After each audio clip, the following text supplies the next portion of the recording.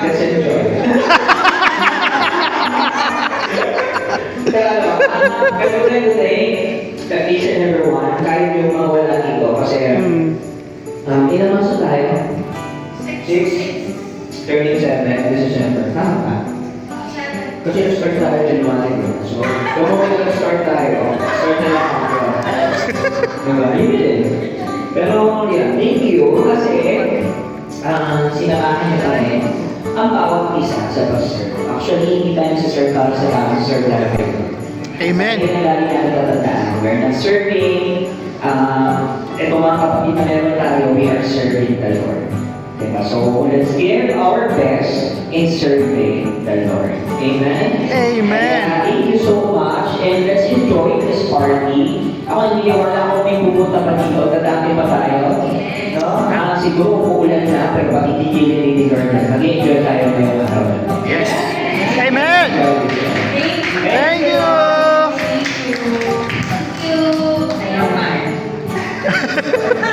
And now, since this is a Christmas party, of course, I believe na yung bawat isa sa atin, when we were young, since the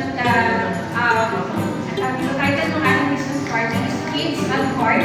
Alright? So I believe na when we were young or when we were kids before, we have traditional inheritance, traditional na ginagawa, or like, ano ba yung lagi yung naluto yung Pasko, ganyan, mga traditional food, traditions na ginagawa na bawat isa sa atin. So, I would like to know who would like to volunteer to share at least yung tradition sa kanilang pamilya.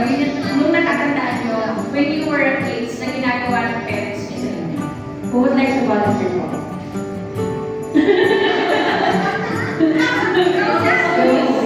Mag-volunteer na ako na natin eh. So, nung bata kami, maliit lang yung family namin. Pupunta yung people. Ay, nailigtyon! Naku, nabasa si sis. Malamig pa naman. Good afternoon sa ating lahat. Ako si Sheila. So, ako po yung isa Leko. Nung bata kami, nadala kami o pinapasyal sa COD. Malagyan ko ba yung sa COD? Parang cash on delivery. So, yun. Tapos Sa Cubao yun, Cubao. nagkaroon ng meals. So, yung mga anak namin, dahil wala naman sila, dinadala naman namin sa meals para ramdamatin nila or experience yung paano nanood ng COD, yung anong tradition. Malaki pamilya namin eh. Meron akong isang tatay, meron akong isang nanay, syempre. Alam niyo, siyang kami lahat. Ako youngest sa lahat. Pero ngayon, apat na lang kami ng mga kapatid ko. Wala na silang lahat. Kaya nalungkot ako. Alam niyo noon, nasisira ng pamilya namin dahil nabunso ako. Pagkapasko, yung tatay ko, pagbasa yung tatay ko at that time chairman sa lugar namin. Ano siya? Pagkapasko, ang dami pumipilang mga bata sa amin. Tinatawag sila ng tatay. At saka matik yung pagkapasko, doon sila, binibigyan sila ng tatay ko ng coins pa nun eh, coins, parang GC ko, gano'n. Kasi di ba nung mga batang nauuto pa tayo ni Sara? Kasi wala pa nagbubuking sa social media. So yun, I think yun, kasi nun parang nag-wish list pa. Sabihin ng tatay mo, ano gusto niyo matanggap pag Pasko, di ba? Tapos yun, ikaw naman, lahat, feeling mo, lahat pag nagpakabait ka, may points ka kay Santa Claus. Pero actually, kung ngayon, parang iisipin pag nasa feast ka, hindi na gano'n. Hindi na si Santa yung nagbibigay sa'yo. Si Jesus Christ, kasi siya may birthday, pero siya yung nagbibigay. Gano'n. Pero kasi yun yung isipin na yung kapataan mo, you're made to believe na Santa is most generous in, diba? So yun, kaya napapakabait ka. Pero yan, iba na yung tinuturo natin, lalo na kung nasa the feast ka. Amen. Ito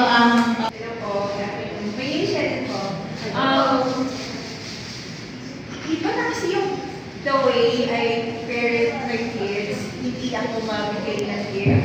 but instead, more on experience.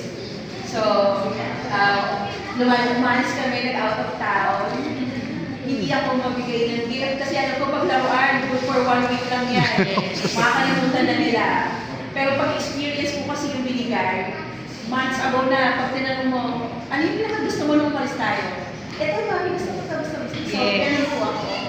So, wala akong masyado sa gift or sa material thing, but more on the experience ko. Wow. I need everyone to have one, Three groups of ilan? 1,000 naman. 1, 2, 3. Sige. So, mag-groupings tayo. Magbibilang 1, 2, 3. Tapos 1, 2, 3. Okay?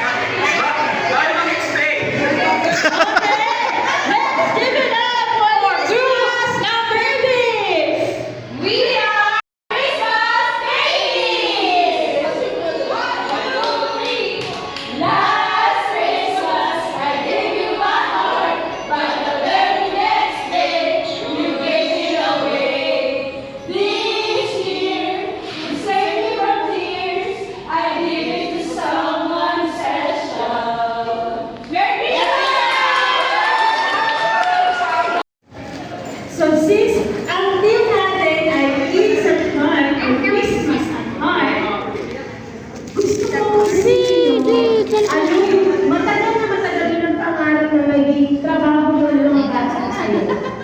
Okay? So, tatanungin namin kayo, ano yung mga pangarap ng trabaho ng bata kayo. So, start tayo sa book number 3. Okay. Group number 3. Ano yung gusto nyo maging nung bata pa kayo? Wala mo na may isa na, yung gusto nyo na. Yung gusto mo na lang muna. Maging bago yan. Daddy. Ballet dancer. Okay. Si Sis Ana gusto maging ballet dancer. Next. Lawyer. Lawyer. Sis. Okay. Next is Dina. Po kayo, grab a chair. Doon kayo. Grab a chair. Teacher. Sis.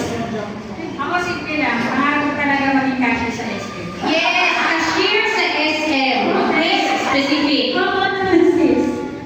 After mo sa kabali lang Isa lang, may ballet dancer. May ballet dancer na. Astronaut na lang. Okay, napilitan siya. Si Broya. Broya, anong gusto mong maging? Nakatago. Ang bata ka pa. Nakatago. Fine arts. Maging artist. Pastry chef. Okay. Next. Ika po ang lahat, ina-adapt na namin si Sis Lay at si Sis Grace. Hindi naman obvious, diba? Kaya ako magsalita. Uy! Sa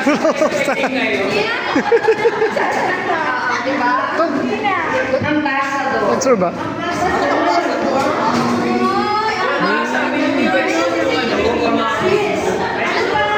Paglaki mo, maging accountant kaya nandun ako sa tindahan. O, accountancy pa rin yun. Next.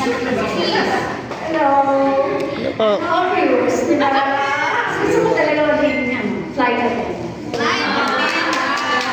Kaya, ngayon, kulang na yung pagkain, kulang na yung resources. So, kailangan na natin mag-eliminate ng isa sa bawat grupo. Ngayon, yan mga pinangarap nyo, gusto kong depensahan nyo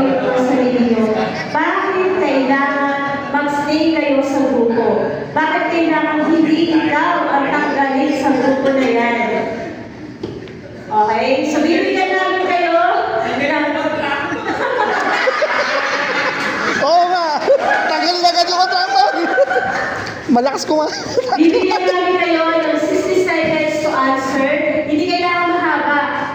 Bakit na? Bakit kailangan ikaw ang mag-stay? Bakit hindi ka dapat tanggalin sa grupo nyo? Okay? And then after sumagot, yung isang buong grupo tatayo dito sa harapan tatalikod. Okay? Start with group number 1. Bakit kayo? Ano ba yan? Kami po yung one. Group number 1. Bakit dapat hindi tanggalin ang super gift? Ayan, ladies and gentlemen, our ambassador! Yay!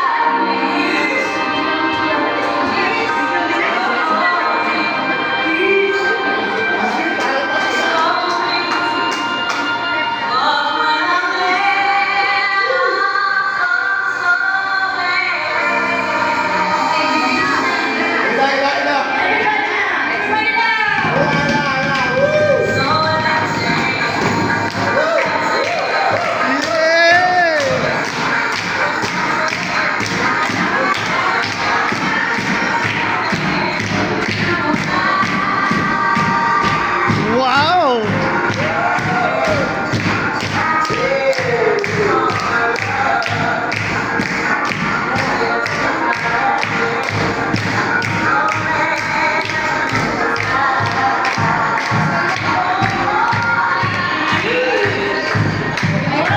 Thank you so much! Yay!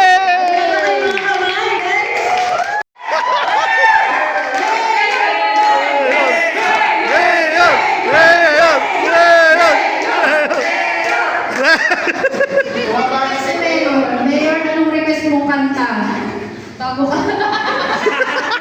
Bago ka yung pitch! Bago ka ng beach. Nagtawag na rin.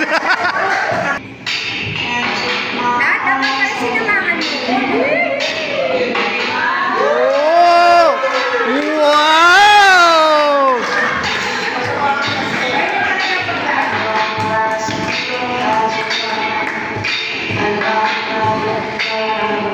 Wow, galing.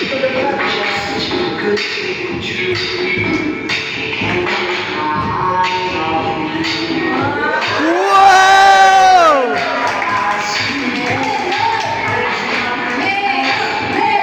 Mayor! Mayor! Mayor! Alam ko naging mas malalim yung pagkasama natin, pagkakakilala natin sa isa't isa. Alam ko ito yung magagamit natin para lalo kayo makapag-lingkod kay Lord. Kasi masarap naglilingkod sa Kanya kung yung mga kasama natin. Kilala natin lubos eh. Yun naman yung aim natin bakit tayo nagkakaroon ng ganitong gathering para magkakilala tayo lahat. Kanina nag-games tayo. Ang sarap kasi naramdaman ko sa inyo na lahat game eh. Yung lahat walang game eh. Sige, pag sinabing laro tayo.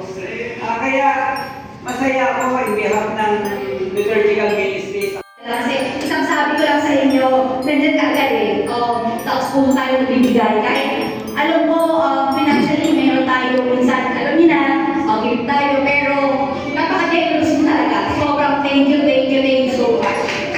Lalo-lalo na sa mga kinatang ko minsan sa mga service nyo, observe ka naman, please, pag gano'n.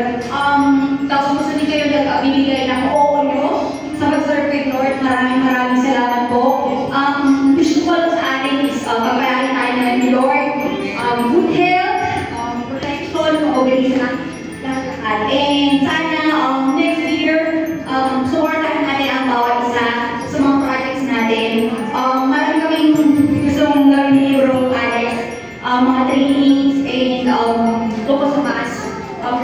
gagawin natin. The rest ko lang sa inyo, suportahan natin, boys. And kung ano yung natatanggap nyo na pagpapakala sa Panginoon, katulad nga rin na sinabi ko kanina, ibahagi natin yan. No, share natin yung pagmamahal na yan.